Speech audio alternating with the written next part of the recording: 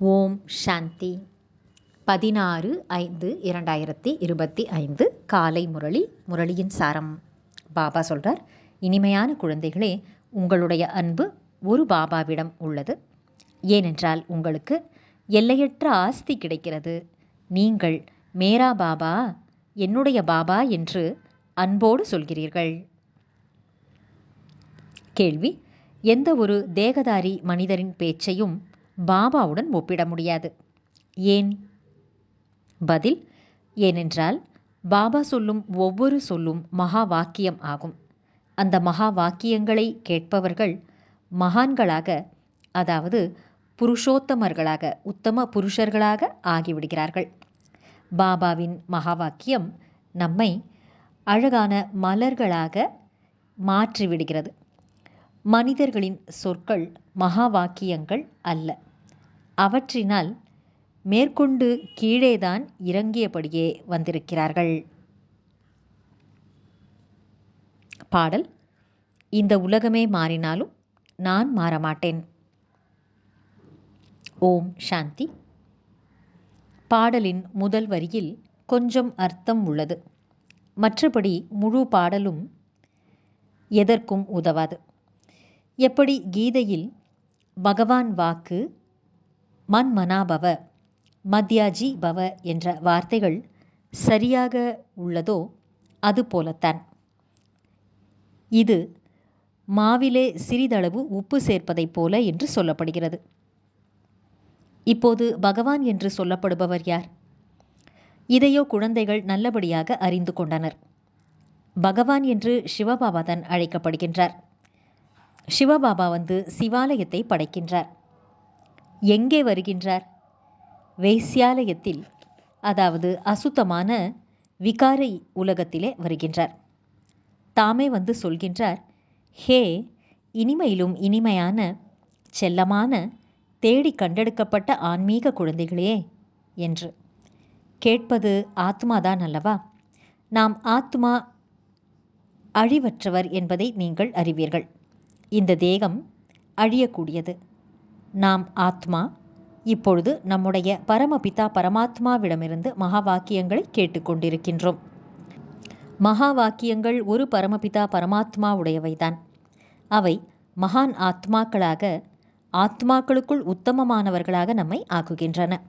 மற்றபடி மகாத்மாக்கள், குரு முதலானவர்களுடையது மகா வாக்கியம் ஒன்றும் இல்லை.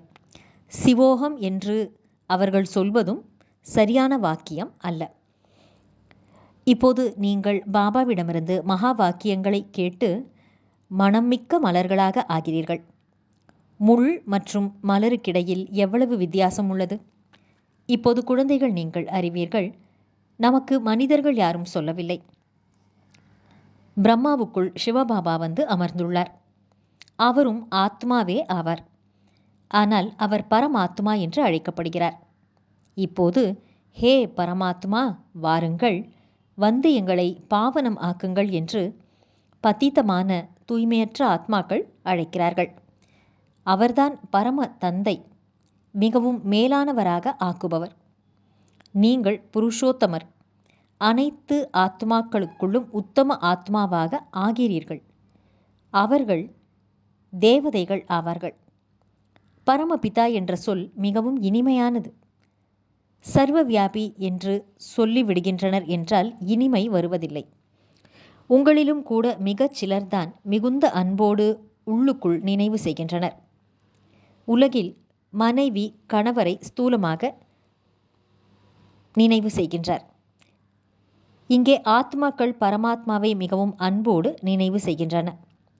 பக்தி மார்க்கத்தில் இவ்வளவு அன்புடன் பூஜை செய்ய முடியாது. அந்த அன்பு இருப்பதில்லை. தந்தையை அறிந்து கொள்ளவே இல்லை எனும்போது அன்பு எப்படி இருக்கும்? இப்போது குழந்தைகளாகிய உங்களுக்கு மிகுந்த அன்பு உள்ளது. ஆத்மா சொல்கிறது, மேரா பாபா, எனது பாபா என்று. ஆத்மாக்கள் சகோதர சகோதரர்கள் அல்லவா? ஒவ்வொரு சகோதரரும் சொல்கின்றார், பாபா எனக்கு தனது அறிமுகத்தை கொடுத்திருக்கிறார் என்று. ஆனால் அது அன்பு என்று சொல்லப்படுவதில்லை. யாரிடமிருந்து ஏதேனும் கிடைக்கிறதோ அவர் மீது அன்பு உள்ளது. தந்தையிடம் குழந்தைகளுக்கு அன்பு உள்ளது. ஏனென்றால் தந்தையிடமிருந்து ஆஸ்தி கிடைக்கிறது.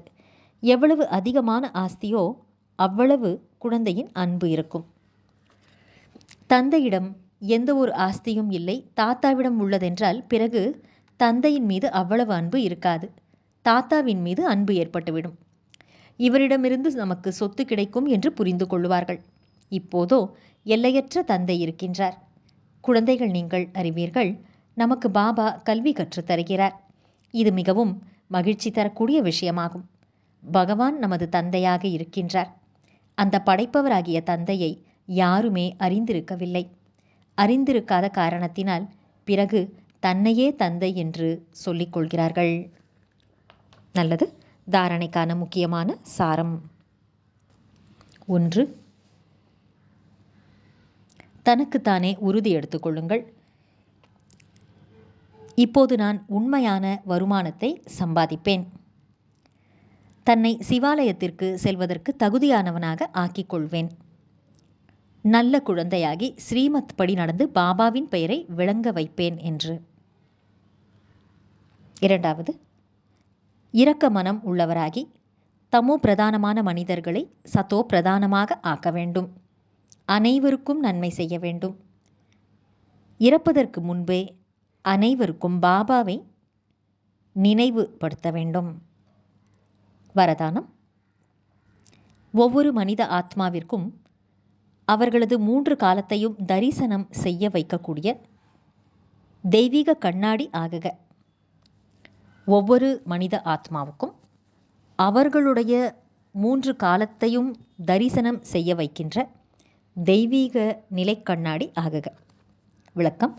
குழந்தைகளான நீங்கள் மனித ஆத்மாக்கள் ஒவ்வொருவருக்கும் அவர்களுடைய 3 காலத்தையும், அதாவது கடந்த காலம், நிகழ்காலம், வருங்காலம் என்ற 3 காலத்தையும் தரிசனம் செய்ய வைக்கும் தெய்வீக நிலைக்கண்ணாடியாக ஆகுங்கள்.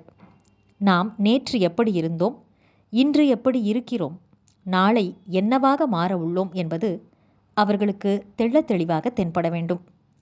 எப்போது இதனை தெரிந்து அனுபவம் செய்வார்களோ அப்போது அநேக பிறவிகளின் ஆசைகள் மற்றும் தாகம் தணிய பெற்றவர் ஆகி முக்தி மற்றும் ஸ்வர்க்கம் செல்ல வேண்டும்.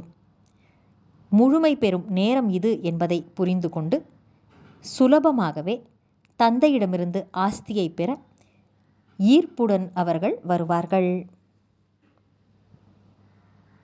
ஸ்லோகன்.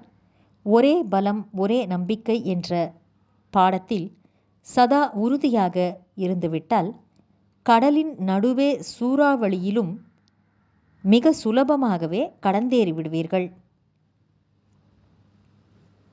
நல்லது.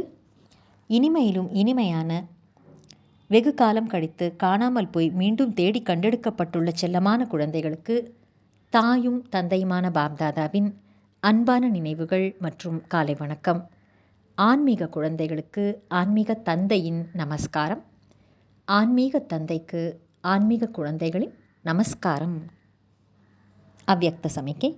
ஆன்மீக ராயல்டி மற்றும் பியூரிட்டியின் பர்சனாலிட்டியை தாரணை செய்யுங்கள். எப்போது நீங்கள் தூய்மையிலும் தனித்தன்மையுடன் விளங்குவீர்களோ அப்போதுதான் வாரிசு தன்மை வெளிப்படும். எல்லைக்கு உட்பட்ட எந்த ஒரு கவர்ச்சியின் பக்கமும் உங்கள் கண்கள் கவர்ந்து செல்லக்கூடாது.